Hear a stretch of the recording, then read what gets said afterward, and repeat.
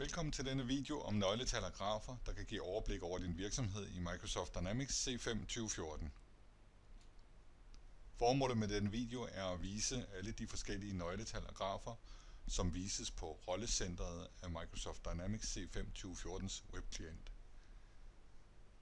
Nøgletal og grafer inkluderer indtægter og udgifter, kassebeholdningsprocessen, pengestrømsanalyse, aldersfordelte tilgodehavender, aldersfordelt gæld, de 10 største debitorer efter salgsværdi, aldersfordelt lagerbeholdning, salgsudvikling efter debitorgrupper og en balance. Vi tager udgangspunkt i Microsoft Dynamics C5 2014's webklient, og graferne, der viser nøgletal, findes i højre side af skærmbilledet, og klikker man på de 3 prikker, kan man gå ind og vælge for det første, hvilket diagram det er. Man kan vælge, om man vil se næste diagram eller det forrige diagram.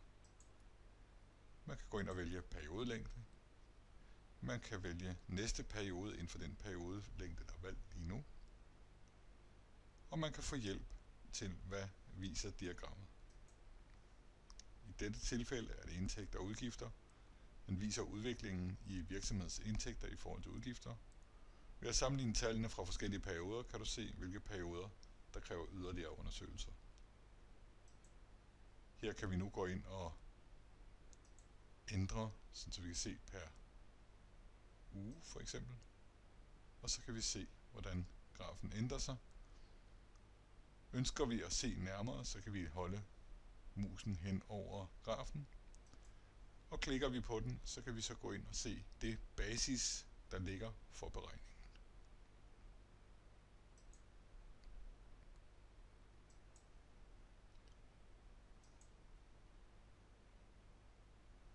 Kassebeholdningsproces er den næste i rækken. Vi kan gå ind og igen ændre på vores periodelængde, men vi kan også lige se, hvad er det diagramoplysningerne. Viser det der antal dage, som pengene er bundet i fra lager indkøbsdagen til den dag, du får betaling fra kunden. Og det vises i dage. Vi kan så gå ind og ændre på periodelængden, og så kan vi se, at vi vil gerne se det per uge i stedet for. Så kan vi se, at den ser sådan der ud. Eller vi kan gå ind og se, at vi ønsker per år, og ser den sådan der ud. Vi kan så gå ind og vælge den næste periode. Så ser den sådan ud. Samtidig kan vi se, når vi holder musen hen over grafen, at så får vi de nøjagtige tal på det sted, vi står lige i øjeblikket.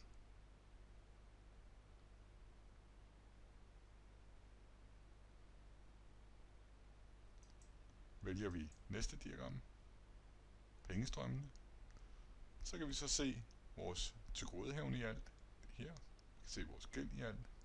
Vi kan se vores likvide midler, det er de grønne. Og så kan vi se pengestrømmen i alt. Vi kan igen gå ind og ændre perioden. Nu tager vi den per kvartal. Vi kan se, hvordan den ser ud. Eller vi kan gå ind og se per uge. Så ser den sådan ud.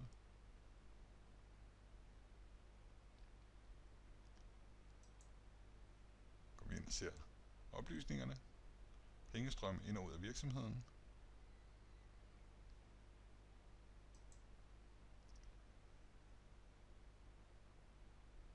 Næste diagram er aldersfordelt tilgodehavender, som viser alle vores kunder. I dette tilfælde er de fordelt på grupper, det vil sige Danmark, EU og udlandet. Og vi kan se, hvor lang tid de har været forfaldent. Det der er ikke forfaldent. Det der er 2 uger forfaldent. Eller 3 uger forfaldent her. Så gå ind og ændre periodelængde. Nu er det per måned. Eller vi kan gå ind og sige per dag, hvis vi ønsker det. Og i næste diagram, så har vi aldersfordelt gæld. På nøjagtig samme måde som med vores kunder, så kan vi gå ind og se på vores leverandører.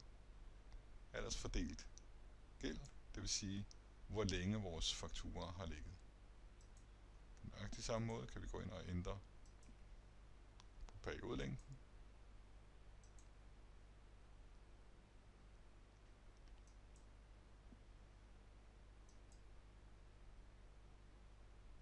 Så kan vi gå ind og se de 10 største kunder efter salgsværdi, og det kan vi igen gøre efter en periode.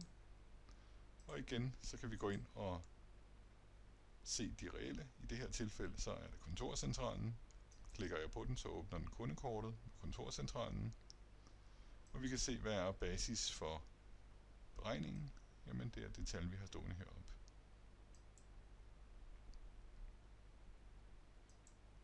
Jeg kan også ændre den per måned eller per kvartal.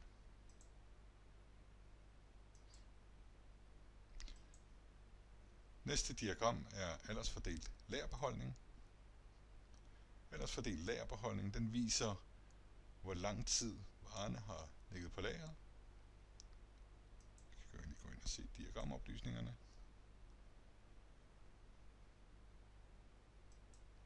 Så kan vi gå ind og ændre per kvartal for eksempel, eller per uge. Og det kan vi så se, hvordan at den ændrer sig. Vi kan gå ind og klikke på, så kan vi se nøjagtigt, hvad er det for vareposter, som danner totalt set den graf, som vi ser.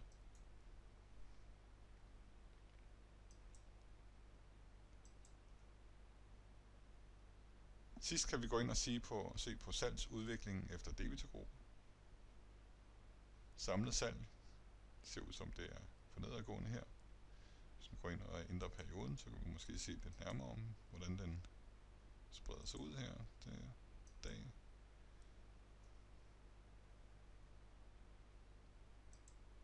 Og igen kan vi se det, alt efter hvilke kundegrupper vi har.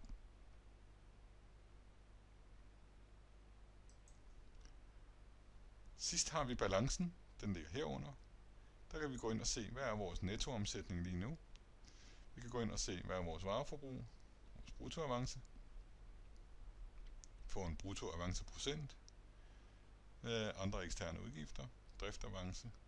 Og det kan vi få på, kan vi se periode her, og det er så finansperioderne, vi har sat op.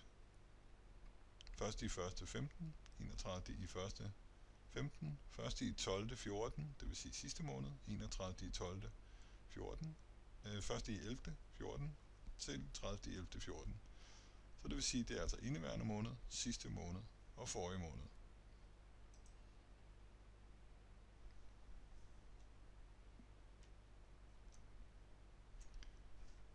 For lige at opsummere.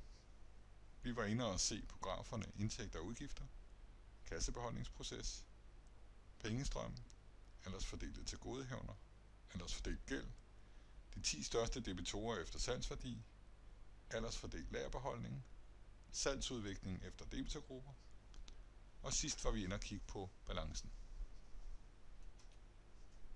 Tak for nu.